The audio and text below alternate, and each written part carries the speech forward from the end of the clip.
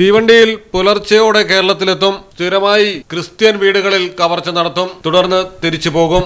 കോട്ടയത്താണ് സംഭവം. തമിഴ്നാട് കന്യാകുമാരി പത്മനാഭപുരം കട്ടുവിള നെല്ലിയൂർ കോണം 38 വയസ്സുള്ള സ്റ്റീഫനെയാണ് അയർക്കുന്നം പോലീസ് പിടികൂടിയത്. അയർക്കുന്നത്ത് വീടിന്റെ അടുക്കളവാതിൽ തകർത്ത് മോഷണം നടത്തിയ കേസിലാണ് പ്രതി പിടിയിലായിരിക്കുന്നത്.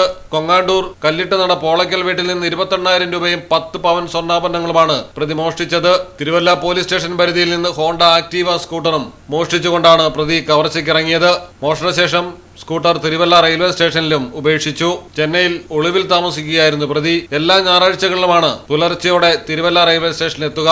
തുടർന്ന് മോഷ്ടിക്കാൻ ഇറങ്ങും. വീട്ടുകാർ പള്ളികളിൽ പോകുന്ന സമയം നോക്കിയാണ് മോഷണം നടത്തുന്നതും മടങ്ങുന്നതും. കഴിഞ്ഞ 4.5 മാസമായി പോലീസ് നടത്തിയ നിരീക്ഷണത്തിന്റെയും അന്വേഷണത്തിന്റെയും ഭാഗമായാണ് പ്രതി പിടിയിലായത്. നിരവധി ക്രിമിനൽ കേസുകളിലും മോഷണ കേസുകളിലും പ്രതിയായിട്ടുള്ള സ്റ്റീഫനെ മുൻപ് തമിഴ്നാട് പോലീസ് വെടിവെച്ച് പിടികൂടിയ ചരിത്രവുമുണ്ട്. Malayalam television, Kottayam. Silvan tiles gallery, Valanchery, Puthanathani, Aluva, Palakkad, Edavanna and Pattambi.